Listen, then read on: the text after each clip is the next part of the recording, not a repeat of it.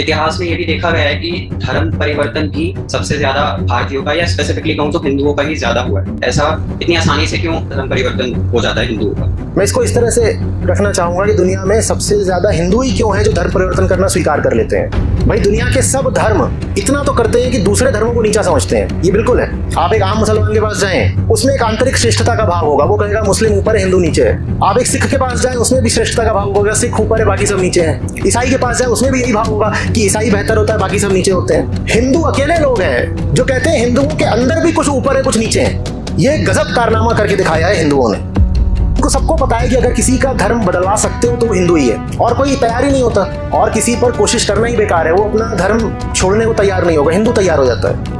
व्यक्ति कब नहीं छोड़ता धर्म को, समझिए बात को। व्यक्ति तब नहीं छोड़ता है जब।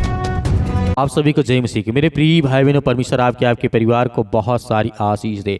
आज आपके सामने एक सवाल अक्सर आता होगा, यदि आज आप ओबीसी हैं, एससी हैं, एसटी हैं, आदिवासी हैं, यदि इन कैटेगरी में आप आते हैं तो इस वीडियो को ध्यान से देखिएगा, क्योंकि आज मैं बात कर रहा हूं क्योंकि हिंदू धर्म छोड़ करके ईसाई धर्म क्यों अपना लेते हैं या मुस्लिम धर्म अपना लेते हैं। आचार्य प्रशांत ने बहुत बड़ी बात यहाँ पे कही है और बहुत बड़ी बात यहाँ पे समझने वाली बात है।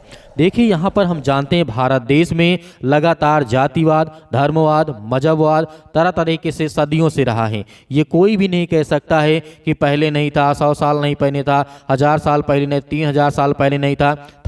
जब से हिंदू धर्म निकला है या सनातन धर्म निकला है या ब्राह्मणवाद धर्म निकला है, तब से सारी चीज़ें, छुआछूत मतलब भेदभाव हर तरीके से आज भी कायम है। लेकिन यहाँ पे बात कर रहा हूँ धर्म परिवर्तन को लेकर के। आज आपको एक बात बताना चाहता हूँ। आचार्य प्रशांत अपने वीडियो में कहते हैं लगभग हर धर्म अपने अनुयायियों से कहता है उनका मार्ग सर्वोत्तम है। मतलब यदि ईसाई धर्म में जाएंगे तो हर व्यक्ति जो भी जाएगा उससे कहा जाएगा ये धर्म सर्वोत्तम है और सबसे अच्छा है। यदि मुस्लिम धर्म में जाएंगे तो आपको वहाँ पे यही दावा करता मिलेगा कि जिस तरीके से मुस्लिम धर्म अच्छा है और सब नीचे हैं। यदि सिख धर्म में जाएंगे तो भी कहेंगे सिख धर्म सर्वोत्तम है और धर्म नीचे है। लेकिन आप हिंदू धर्म में हैं तो आप यहाँ पे ये दावा नहीं कर सकते कि हिंदू समाज एक है या फिर यहाँ पे सर्वोत्तम है। नहीं, यहाँ पे जातिवाद, भेदभाव, ऊंच नीच, छुआछूत, भेदभाव जैसी समस्याएं लोगों को धर्मों से दूर और जाने के लिए प्रेरित कर सकती है। इसलिए करती है क्योंकि आप कोई व्यक्ति आता है, आपका कहता है कि आप ओबीसी के हैं, एसटी के हैं, आप मेरे सामने नहीं बैठ सकते हैं, तो उस व्यक्ति का मन वहीं से खराब हो जाता है। वो चाहता है कि मैं ईसाई धर्म अपना लूं या मुस्लिम धर्म अपना लूं। ये बात आपके मन में बहुत बार सवाल आता होगा। और आज जो लोग कहते हैं कि नहीं हिंदू धर्म राष्ट्र बनाएंगे, आज पहले मैं आपको वीडियो दिखाना चाहता हूं, आप इस वीडियो को देखिए, उसके बाद बात करता हूं। समझना पहले, उसके बाद जो भी कमेंट में लिखना है लिखिएगा। पहले क्लिप देखिए। इस बंटने के कारण हिंदू बलहीन हो गया। इस बंटने के कारण ऐसा होता है कि दुनिया भर में जितना भी प्रोजेलिटेशन माने धर्मांतरण का बजट होता है वो 80-90% भारत की ओर आता है, बल्कि शायद और ज्यादा होगा। इस्लाम और ईसाइयत ये प्रोजेलिटाइजिंग रिलीजन्स हैं। वहां ये बात जायज है कि आप दूसरे का धर्म परिवर्तन कराएं, आप उसे ईसाई या मुसलमान बनाएं, नहीं, वहां ये बात जायज है। वहां ये अधिकार है कि आप जाएं दूसरे से बात करो और आप उससे कहें कि चलो तुम कलमा पढ़ो, क्या कि चलो चर्च चलो, तुम्हारा भी अब बैप्टिज्म होगा। और उनको सबको पता है कि अगर किसी का धर्म बदलवा सकते हो तो वो हिंदू ही है, और कोई तैयार ही नहीं होता, और किसी पर कोशिश करना ही बेकार है। वो अपना धर्म छोड़ने को तैयार नहीं होगा, हिंदू तैयार हो जाता है। क्योंकि हिंदू ने एक सत्य, एक ब्रह्म, एक निष्ठा की जगह 1000 और चीजें पकड़ ली और उन बातों को बहुत महत्व दे दिया, तो हिंदू बलहीन हो गया। और वो जो और 70 चीजें पकड़ी, ठीक उन्हीं से जुड़ी हुई चीज जाति प्रथा भी है। ये जो हम 50 चीजों की उपासना करते हैं, उसी कर्मकांड से जुड़ी हुई चीज है जाति प्रथा। आप जब अपने ही लोगों को नीचा, निम्न, दलित घोषित कर दोगे तो वो क्यों धर्म में रहना चाहेंगे? वो तैयार हो जाते हो, कहते हैं हम जा रहे हैं, हम दूसरा धर्म स्वीकार कर लेंगे। हमें मिल भी क्या रहा है? भाई दुनिया के सब धर्म इतना तो करते हैं कि दूसरे धर्मों को नीचा समझते हैं, ये बिल्कुल है। आप एक आम मुसलमान के पास जाएं, उसमें एक आंतरिक श्रेष्ठता का भाव होगा, वो कहेगा मुस्लिम ऊपर है, हिंदू नीचे है। आप एक सिख के पास जाएं, उसमें भी श्रेष्ठता का भाव होगा, सिख ऊपर है, बाकी सब नीचे हैं। ईसाई के पास जाए, उसमें भी यही भाव होगा कि ईसाई बेहतर होता है, बाकी सब नीचे होते हैं। हिंदू अकेले लोग हैं जो कहते हैं हिंदुओं के अंदर भी कुछ ऊपर है, कुछ नीचे है। वो कहते हैं ये बात तो बाद की होगी कि हिंदू ऊपर है और बाकी ऊपर है कि नीचे है। सबसे पहले तो ये समझो कि हिंदुओं में भी कुछ ऊपर के हिंदू हैं, कुछ नीचे के हिंदू हैं। ये गजब कारनामा करके दिखाया है हिंदुओं ने। जब तुम अपने ही घर के अंदर अपने ही कुछ भाई बहनों को नीचे का घोषित कर दोगे, तो वो भाई बहन तुम्हारा घर छोड़ के जाएंगे कि नहीं जाएंगे? फिर तुमको अचरज क्यों होता है? और हमको थोड़ा आत्मचिंतन की जरूरत है। हमें बिल्कुल ये बात अपने आप से पूछनी पड़ेगी कि दुनिया में हिंदू ही अकेला व्यक्ति क्यों है जो जल्दी से अपना धर्म त्यागने को तैयार हो जाता है? ये पूछना पड़ेगा। देखिए, मेरी बात का विरोध आप कई तरह के तर्क देके कर सकते हैं। आप उदाहरण के लिए तर्क दे सकते हैं कि नहीं, हिंदू इतनी आसानी से नहीं त्यागता। देखो, उदाहरण के लिए जब इस्लाम की लहर आई तो अरब से लेकर के सिंध तक सबने इस्लाम स्वीकार कर लिया। पर गंगा के कछार पर आकर इस्लाम की लहर रुक गई। भारत अकेला था जिसने इस्लाम को पूरा नहीं स्वीकारा। तो हम ऐसे नहीं है जो धर्म बदल ही देते हैं, हम अड़ते भी हैं।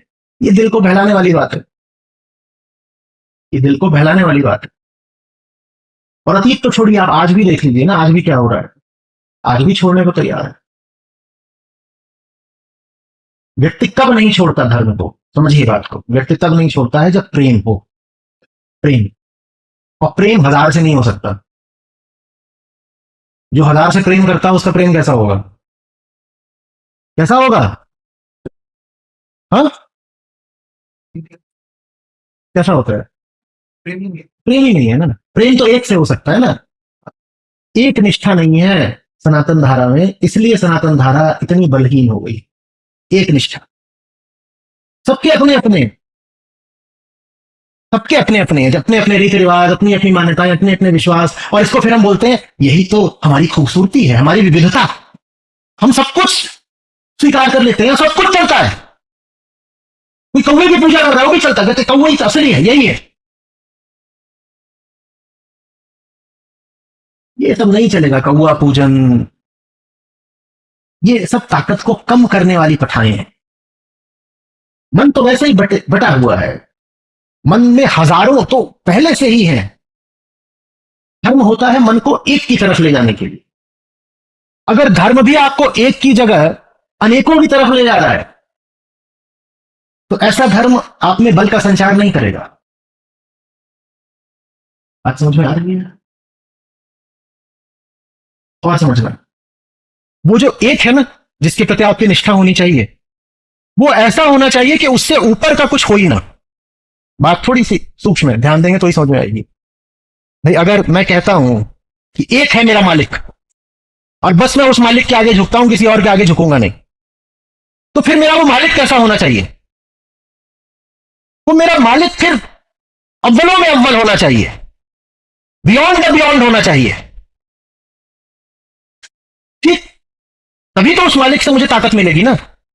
अब अगर मैंने अपना मालिक ही ऐसा बना लिया जिसको लेकर के 100 कहानियां मैंने ही रची हैं, तो उस मालिक को लेकर के वाकई मुझ में विश्वास ही कितना आएगा? दिल ही दिल तो मैं जानता हूं ना कि उस मालिक को लेकर कहानियां भी तो मैंने ही बनाई हैं। ऐसे मालिक में ही कितना दम है जिसकी कहानियां मैं ही बनाता हूं? बोलो जल्दी। इसीलिए वो जो मालिक है, वो जो एक सत्य है, जो ब्रह्म है, उसको इंद्रियतीत होना बहुत जरूरी है, ट्रांसेंडेंटल होना बहुत जरूरी है। वो ऐसा होना चाहिए जिसके बारे में ना तुम सोच सको ना कुछ कह सको।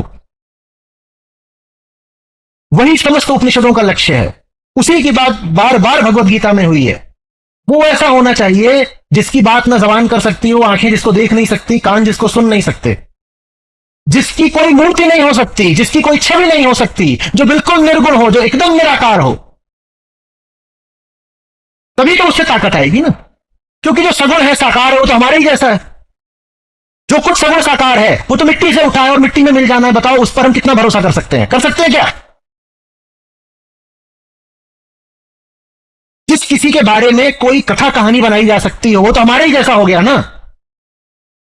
तो वो जिसके लिए हम में निष्ठा होनी चाहिए वो ऐसा होना चाहिए जिसके बारे में कोई कहानी कही नहीं जा सकती, जो वाणी की पहुंच से आगे का हो। लेकिन देखो हमारी जिनमें निष्ठा है वो सब कौन है? हमने कहानियों में अपनी निष्ठा रख ली है, हम पौराणिक लोग बन गए हैं। कहानियां हैं हमारे पास, फिर फलाने भगवान ने ऐसा कहा, फिर वो इसके पास गए, फिर फलाने मुनि ने ये करा तो फलानी देवी कुपित हो गई, फिर ऐसा हुआ, फिर वैसा हुआ। इन कहानियों से बल थोड़े ही मिलेगा।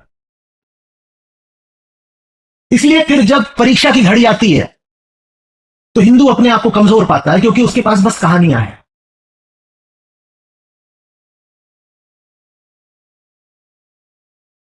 आपका मालिक वो होना चाहिए जिसके बारे में कोई कहानी कभी कही नहीं जा सकती।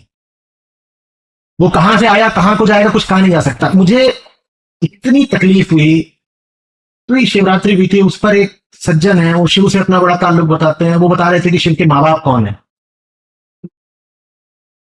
मतलब चोट कितनी लगी मैं बयान नहीं कर सकता। जो परम है, जो उच्चतम है, जो अनादि है, तुमने उसके भी माँ बाप की बात कर दी।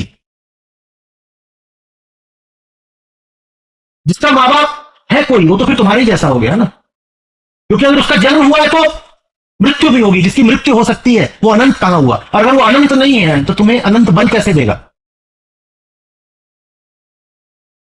लेकिन भारतीयों ने ये बड़ी भूल कर दी है। हमने परम शक्ति को भी अपनी कहानियों का विषय बना लिया और नाचना शुरू कर दिया। हम खूब नाचते हैं, हमें बड़ा मजा आता है बताने में कि फिर शिव ने क्या कहा।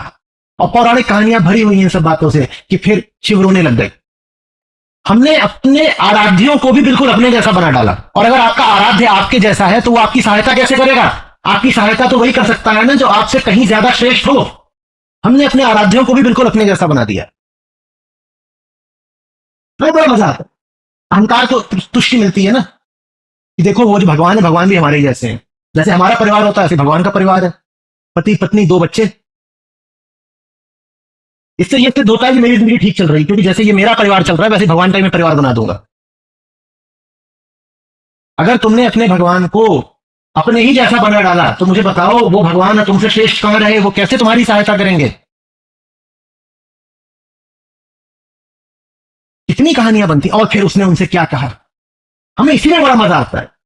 हमने अपने आराध्यों को अपनी गॉसिप का विषय बना दिया है। और फिर धीरे से देवी मुस्कुराई। तुमने देखा था क्या? ये कैसी बातें कर रहे हो? ये जो कथाएं होती हैं, भागवत कथा और अन्य कथाएं जो होती हैं, वहां कभी जाके देखने कथावाचक क्या कर रहे होते हैं। और तभी फलानी गोपी का घूंघट धीरे से सरक गया। ये क्या कर रहे हो? कौन सा रस है? और इतना मजा आता है, महिलाओं को खड़ी होकर नाचना शुरू कर देती हैं, झिंचक झिंचक नाचे ही आ रही हैं। आपने वीडियो देखा है, उनके अनुसार जब किसी व्यक्ति को सम्मान और समानता नहीं मिलती है तो वह ऐसी जगह की तलाश करता है जहां उसे स्वीकार किया जाए। इसी संदर्भ में उन्होंने कहा कुछ लोग ईसाई धर्म अपनाते हैं, कुछ लोग मुस्लिम बन जाते हैं, कोई सिख बन जाता है, अपनाने का निर्णय लेते हैं या धर्म अपनाने का निर्णय लेते हैं। ध्यान देने वाली बात यहाँ पर यह है, यह आचार्य प्रशांत का कहना व्यक्तिगत विश्लेषण है और दृष्टिकोण और इस तरीके से धर्म परिवर्तन के कारण अलग अलग हो सकते हैं।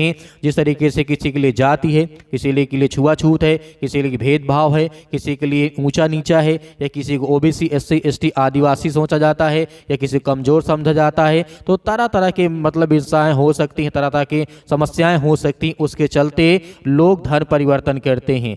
यह बयान सोशल मीडिया पर तेजी से वायरल हो रहा है। कुछ लोग इसमें सहमत हैं तो कुछ लोग जो कट्टरपंथी विचारधारा के लोग हैं वो बहस करते हैं कि ऐसा नहीं है, हमारे हिंदू धर्म में कोई छुआछूत नहीं, कोई भेदभाव नहीं है, कोई जातियां नहीं है। तो आज हमारे सामने जो हो रहा है उस पर ये मतलब क्या आप कहेंगे? आप इस सवाल को लेकर के आपके मन में क्या विचार आता है हमें कमेंट बॉक्स में कमेंट करके जरूर बताएगा। मिलते हैं नेक्स्ट वीडियो में, तब तक परमेश्वर आपके परिवार को बहुत सारी आशीष दे। यीशु मसीह के नाम से आमीन।